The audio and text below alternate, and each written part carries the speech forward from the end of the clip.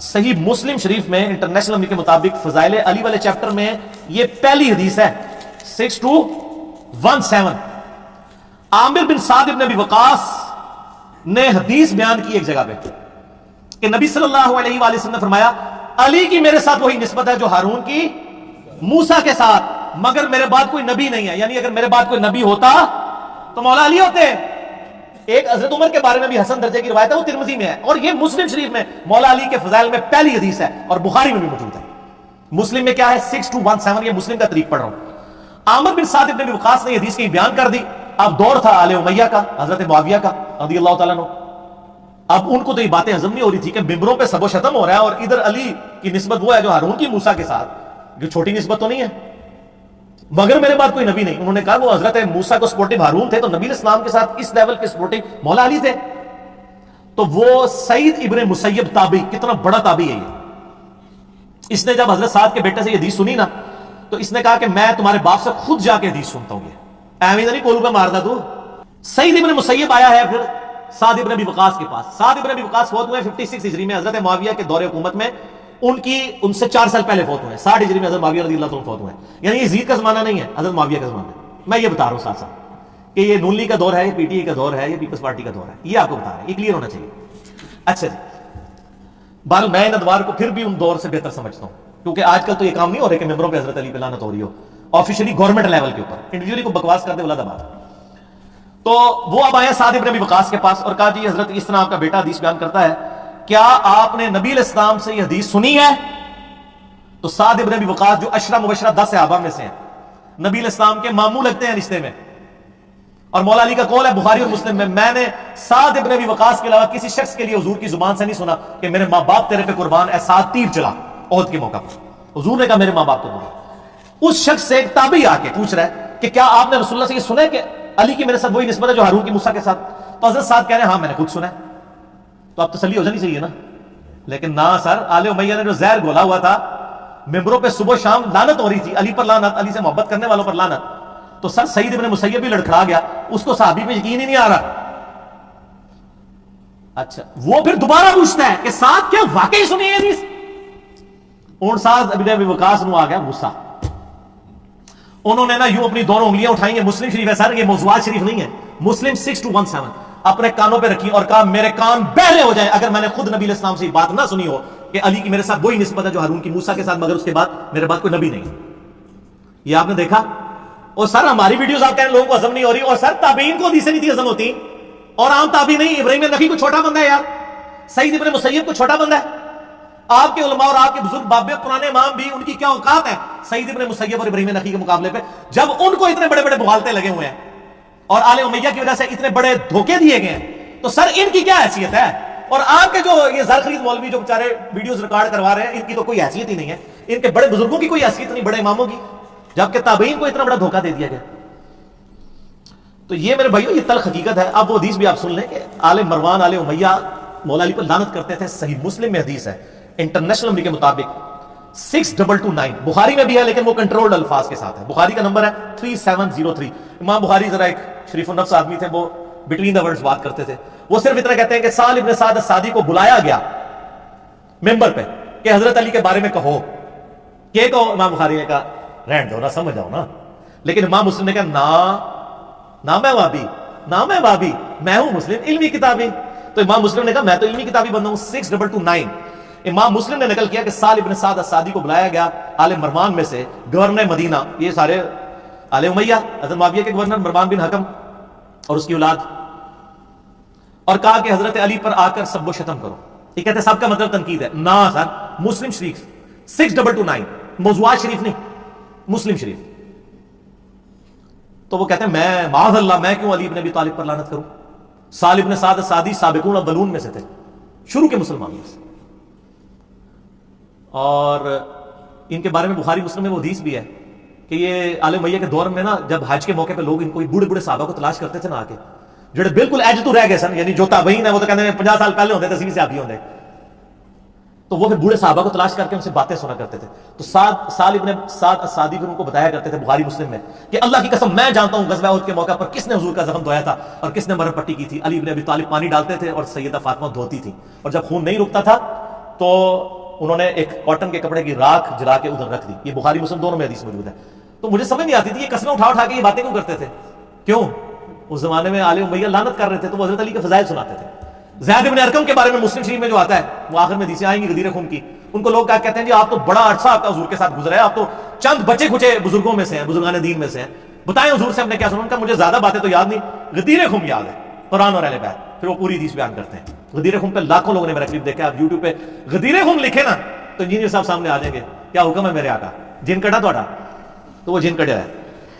یہ سالم بن سعد السعدی کو انہوں نے کہا چلو تم یہ نہیں کہتے نا علی پر لعنت, تم کہہ دو ابو تراب پہ اللہ کی لعنت, لعن اللہ ابو تراب نعوذ باللہ. یہ الفاظ ہے مسلم 6229 غدیر خم سے اگلی والی حدیث میں. تو بخاری کے الفاظ ہیں کہ حضرت سال ابن سعد السعدی نے کہہ کر لگایا, اور انہوں نے کہا کہہ کر لگا کے, ان کا تم ابو تراب تحقیر سے کہہ رہے ہو. ابو تراب کا مطلب کیا ہے؟ مٹی والا. اور یہ آل امیہ ابو تراب ان کی محبت میں نہیں کہتے تھے. آل امیہ جب ابو تراب کہہ رہے ہو نا مطلب ہے تحقیر کر رہے ہیں. کہ آپ نے یاد رکھنا وہ محبت سے نہیں کہتے تھے, مٹی والا جسے یہاں بھی کہتے ہیں مٹی میں.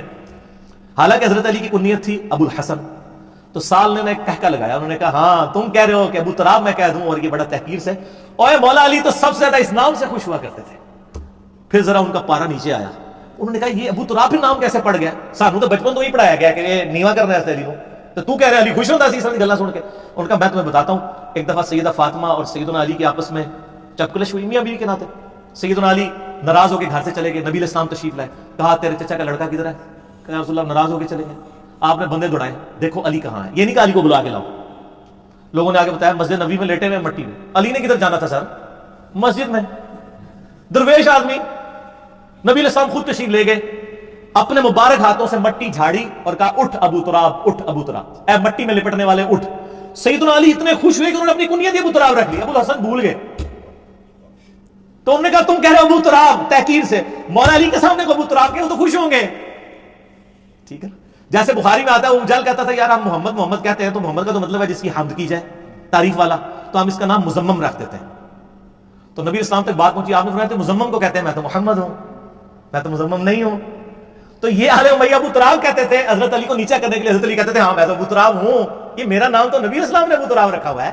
جیسے حضرت ابو ہریرہ بلیوں والا نبی اسلام نے رکھ دیا تھا نا, عبد الرحمن نام تھا ان کا. 6220 صحیح مسلم میں. سیم وہی راوی ہے سعد ابن ابی وقاص, ان کو حضرت معاویہ حکم دیتے ہیں, امر معاویہ الفاظ ہے, حکم دیتے ہیں. آگے ہمارے سارے بیچارے تشریح کرنے والے نبی اس میں کہتے ہیں پتہ نہیں کس چیز کا حکم دیا تھا. سر اسی چیز کا حکم دیا تھا جس کا بعد میں انکار کر رہے تھے. ایڈے بولے ہو تسی, روٹی مورا کھانے ہیں نا سارے. امر معاویہ نے حکم دیا, اور پھر کہا کہ تمہیں کیا چیز مانے ہے کہ تم علی ابن ابی طالب پر سب نہیں کرتے. تو آگے الفاظ ہے میں کبھی بھی علی پر سب نہیں کروں گا. تو حکم پھر اسی چیز کا دیا جا رہا تھا, اور سب کا مطلب تنقید نہیں سر نا. صحیح مسلم 6229 سب کا ترجمہ آیا ہوا ہے. آل مروان کیا کہتے تھے, لعن اللہ ابو تراب نعوذ باللہ, لعنت بھیجتے تھے. باقی پھر سعد ابن وقاص نے کہا معاویہ میں نے 3 باتیں ایسی سنی ہیں علی کے بارے میں, مجھے ایک بھی مل جاتی. کون کہہ رہے, سعد. اور سر آپ لوگ باتیں کر رہے ہیں, سعد ابن وقاص اپنے آپ کو کچھ نہیں سمجھتے علی کے مقابلے پہ, اور آپ بعد کے لوگوں کو جو ہے وہ برابر, ان دونوں سے آپ یہ غیر ہی ہے, دونوں ہی بھائی ہیں. اور سر بھائی تو سعد نہیں اپنے آپ کو کہنے کے لیے تیار, وہ کہہ رہے ہیں 3 باتیں علی کو ایسی ملی ہیں, مجھے ایک بھی مل جاتی نا تو میرے لیے سرخ اونٹوں سے بہتر تھا, دنیا اور جو کچھ اس کے اندر ہے اس سے بڑھ کے مجھے معبود تھا. سن معاویہ, پہلی فضیلت یہ وہی سنائی کہ نبی علیہ السلام نے تبوک کے موقع پر فرمایا تھا, جب پہلا اور آخری موقع تھا کہ مولا علی حضور کے ساتھ نہیں جا رہے تھے, مدینہ شریف پہ چھوڑ کے جا رہے تھے. حضرت علی رو پڑے, یا رسول اللہ آپ کے ساتھ جانا ہے. فرمایا علی تو اس پہ خوش نہیں ہے, تیری میرے ساتھ وہی نسبت ہے جو ہارون کی موسیٰ کے ساتھ, مگر میرے بعد کوئی نبی نہیں. جیسے ہارون علیہ السلام کو امت پر چھوڑ کے گئے تھے موسیٰ علیہ السلام تو طور پر, اور میں تبوک پہ جاؤں. آپ ذرا لیول دیکھیں, آپ تو میں تو یہ بات کرتے ہیں نا حضرت بکر صدیق رضی اللہ تعالیٰ عنہ کو غار غار کہتے ہیں, لیکن یہاں ذرا آپ لیول دیکھیں. ہم تو سب کا احترام کرتے ہیں, لیکن سیدنا علی کا جو ایک ورث تھی وہ آپ دیکھیں. دوسرا موقع معاویہ سن, غزوہ خیبر کے موقع پر جب فتح نہیں ہو رہی تھی تو نبی علیہ السلام نے فرمایا کل اس شخص کے ہاتھ میں جھنڈا دوں گا جو اللہ اور اس کے رسول سے محبت کرتا ہے, اللہ اور رسول اس سے محبت کرتے ہیں. ہم رات کو سوئے نہیں کہ کون خوش نصیب ہوگا. صبح نبی علیہ السلام نے بلا کر علی بن ابی طالب کو جھنڈا دیا, آشوب چشم تھا, مبارک لعاب لگائے آنکھوں میں, فتح کی دعا کی, مبارک ہاتھوں سے زرہ باندھی, فتح ہوگی. اسی پہ وہ مسلم کے الفاظ ہیں 6222 کہ سیدنا عمر کہتے ہیں میں پوری زندگی رشک کروں گا کہ علی کو جھنڈا ملا, مجھے نہیں ملا. اور معاویہ سن, تیسری فضیلت یہ کہ جب آیت مباہلہ نازل ہوئی, قرآن میں ہے نا سورہ ال عمران کی 61 نمبر آیت میں کہ تم بھی اپنے بچوں کو لے آؤ، اپنی عورتوں کو خود بھی آ جاؤ، ہم بھی آ جاتے ہیں، اللہ کے حضور دعا کرتے ہیں۔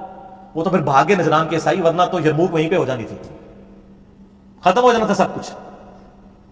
تو نبی علیہ السلام سیدنا حسن حسین اور مولا علی کو ساتھ لے کر گئے اور کہا اللہم ہؤلاء اہل بیتی، اے اللہ یہ میرے اہل بیت ہیں۔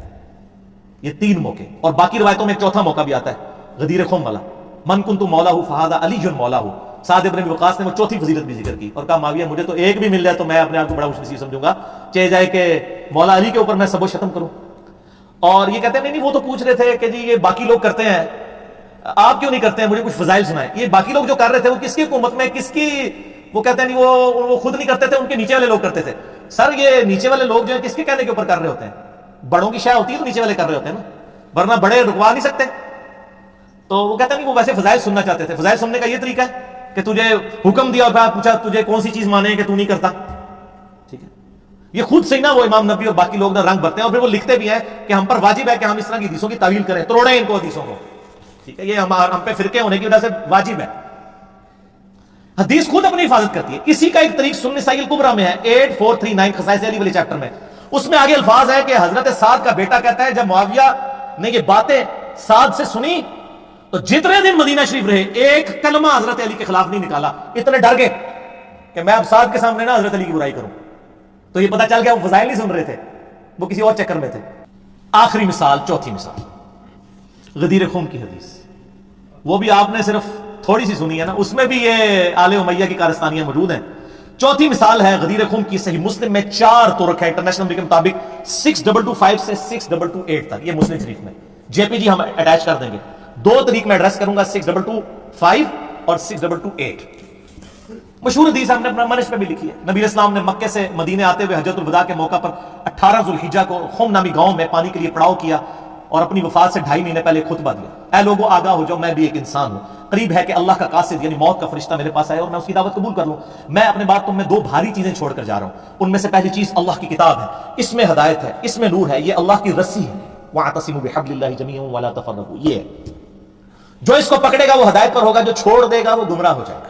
پکڑنے کا مطلب یہ نہیں کہ اس کو میں پکڑ کے ایاک نعبد و ایاک نستعین بھی پڑھ رہا ہوں اور پھر یا علی مدد بھی کہہ رہا ہوں، نہ۔ مولا علی کا شیعہ وہ ہوگا جو اللہ کو پکارے گا، مولا علی بھی اللہ کو پکارتے تھے، مولا علی کا شیعہ بھی وہ ہوگا جو اللہ کو، پولیٹیکل ٹرمنیشن۔ اور پھر زید بن ارقم کہتے ہیں کہ نبی علیہ السلام ترغیب دلاتے رہے، اللہ کی کتاب، اللہ کی کتاب، اللہ کی کتاب۔ یہ وہی زید بن ارقم ہے جو کہتے ہیں کہ پہلا شخص جو مسلمان ہوا وہ علی بن ابی طالب۔ پھر فرمایا دوسری چیز میرے اہل بیت ہے، میں اپنے اہل بیت کے معاملے میں تمہیں اللہ کا خوف دلاتا ہوں، میں اپنے اہل بیت کے معاملے میں تمہیں اللہ کا خوف دلاتا ہوں، میں اپنے اہل بیت کے معاملے میں تمہیں اللہ کا خوف دلاتا ہوں۔ 3 دفعہ یہ بات کی نا جب، تو وہ جو تابعین اتنے شوق سے حدیث سننے آئے ہوئے تھے، آئے تو بڑے شوق نہ سننے کہ ایک ہی پہ ہوتا ہے، کیونکہ آپ کو پتا ہے یہ دور تھا آل امیہ کا۔ پہلے تو آ کے وہ بڑی تمہید بناتے ہیں کہ زید آپ تو پرانے صحابہ میں سے ہیں، آپ تو بڑے الفاظ ہیں، آپ بڑے خوش نصیب ہیں، آپ نے تو حضور کی بڑی مجالس اٹینڈ کی ہوئی ہیں، بڑی نمازیں حضور کے پیچھے پڑھی ہوئی ہیں، ہمیں کچھ باتیں بتائیں نا جو آپ نے خود سنی ہیں۔ تو ان کا میں بوڑھا ہو چکا ہوں، مجھے بس تھوڑی باتیں یاد ہیں، اگر میں زیادہ نہ بتا سکوں میری معذرت قبول کرو، میں بہت بوڑھا ہو چکا ہوں، لیکن ایک بات مجھے یاد ہے غدیر خم کی حدیث۔ تو پھر وہ حدیث یہ بیان کرتے ہیں جب وہ یہ کہتے ہیں نا کہ 3 دفعہ میں اہل بیت کے معاملے میں تمہیں اللہ کا خوف دلاتا ہوں، تو ایک تابعی ہے حسین، یہ سین والا حسین نہیں ہے، سواد والا۔ وہ کہتا ہے وَمَنْ أَهْلُ بَيْتِي يَا زَيْدُ أَلَيْسَ نِسَاؤُهُ مِنْ أَهْلِ بَيْتِي۔ کولو سوال کولو جواب، بڑے ترکھی اولاد بندے ہو، ایک کیسا زید کو لے ہے۔ وہ کہتے ہیں زید یہ جو آپ بار بار کہہ رہے ہیں کہ اللہ کا خوف دلاتا ہوں، اللہ کا خوف دلاتا ہوں، وَمَنْ أَهْلُ بَيْتِي، یہ حضور کے اہل بیت کون ہے؟ أَلَيْسَ نِسَاؤُهُ مِنْ أَهْلِ بَيْتِي، کیا حضور کی بیویاں اہل بیت نہیں ہیں؟ ابھی تو زید نے بتائی نہیں اہل بیت کون ہے، انہوں فوراً فکر پہ آ گئی اپنی سنیت دی کہ آپ یہ بار بار کہہ رہے ہیں اہل بیت کے معاملے میں اللہ کا خوف دلاتا ہوں، یہ اہل بیت کون ہے؟ کیا حضور کی بیویاں اہل بیت نہیں ہے؟ تسی شیعہ تو نہیں ہوگے کدھر؟ یہ وہ کہہ رہا تھا اصل میں آج کے دور میں۔ اور تابعی، یہ تمیز ہے بات کرنے کی صحابی کے ساتھ؟ آپ علم حاصل کرنے کے، آپ تو ویسے اپنے مولویوں کا بڑا ادب سکھاتے ہیں، یہ دیکھیں نا کیسا زید آل امیہ نے گھورا ہے کہ ایک صحابی سے سوال کر کے کولو جواب ہی دے رہے ہیں۔ اس نے کبھی کہا ہے کہ میں حضور کی بیویوں کو اہل بیت نہیں مانتا ہوں، کولو ہی رزلٹ کاٹ لیا۔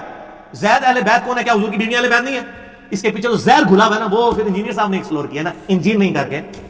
آگے سنو پھر زید بن ارقم کیا کہتے ہیں، قال نساؤہ من اہل بیتی، انہوں نے کہا حضور کی بیویاں اہل بیت ہیں، ولیکن لیکن اہل بیتہ من حرمت الصدقۃ بعدہ، اہل بیت اصل میں وہ ہیں جن پر صدقہ حرام ہے حضور کی وفات کے بعد. قال ومن هم، تو انہوں نے کہا یہ کون سے میرے اہل بیت ہیں؟ قال هم آل علی و آل عقیل و آل جعفر و آل عباس. قال کل هؤلاء حرمت الصدقۃ، یہ وہ سارے ہیں جن پہ صدقہ حرام ہے. چار کون؟ حضرت علی کی اولاد، عقیل کی اولاد، عباس کی اولاد اور جعفر کی اولاد. سر یہ تو بڑا کام کڑوا تھا طریق تھا. جو آخری طریق ہے نا 6228، اس میں ذرا سنیں. فَقُلْنَا مَنْ أَهْلُ بَيْتِي، ہم نے کہا کہ اہل بیت کون ہے؟ نساؤ، کیا حضور کی بیویوں کو ہی کہہ رہے ہو نا کہ شیعہ تو نہیں ہو گئے زید صاحب؟ کولو ہی سوال کولو ہی جواب. قال اللہ، انہوں نے کہا حضور کی بیویاں اہل بیت نہیں ہیں. یہ تو ایران کے ریال تو نہیں آتے تھے کہیں زید بن ارقم کو نعوذ باللہ لا کہہ دیا. انہوں نے کہا بھائی اور جنہوں نے منڈے وڈے گئے نے حسن و حسین قتل ہوئے ہیں نا سر، انہی کے بارے میں اللہ کا خوف دلا رہے تھے نا. میرا تو کلپ آ چکا ہے امام حسن علیہ السلام کا قاتل کون، لاکھوں لوگوں نے دیکھ لیا ہے، سارے جے پی سی لگے ہوئے ہیں اوریجنل حدیث کی کتابوں کے. یہاں پہ زید بن ارقم کہتے ہیں لا ویم اللہ ان المرأۃ تکون مع الرجل. ابھی بڑی سخت باتیں آ رہی ہیں. وہ کہتے ہیں اللہ کی قسم حضور کی بیویاں اہل بیت نہیں ہیں یہاں پر مراد. ویسے اہل بیت ہیں سورۃ الاحزاب آیت نمبر 33، لیکن وہ اہل بیت جن کے بارے میں حضور کہہ رہے تھے میرے بعد ان کے ساتھ اس نے سلوک کرنا، اس میں اول یہ لوگ نہیں ہیں. پھر آگے کتنے سخت الفاظ ہیں. وہ کہتے ہیں اللہ کی قسم ان المرأۃ تکون مع الرجل عصر من الدہر. وہ کہتے ہیں کہ عورت کی کیا حالت ہوتی ہے، وہ تو ایک مرد کے ساتھ کچھ زمانہ گزارتی ہے، اس کے بعد کیا ہوتا ہے ثم یطلقها، اس کے بعد وہ مرد اس کو طلاق دے دیتا ہے. فترجع الى ابیہا، پھر وہ اپنے باپ کے گھر واپس چلی جاتی ہے، وقومها، اور اپنی قوم میں. وہ کہتے ہیں عورت تو کیسے اہل بیت ہو سکتی ہے؟ ایک مرد نے عورت کو رکھا پھر طلاق دے دی، وہ اپنے باپ کے پاس واپس چلی جاتی ہے، تو عورت اہل بیت ہو ہی نہیں سکتی کبھی بیوی.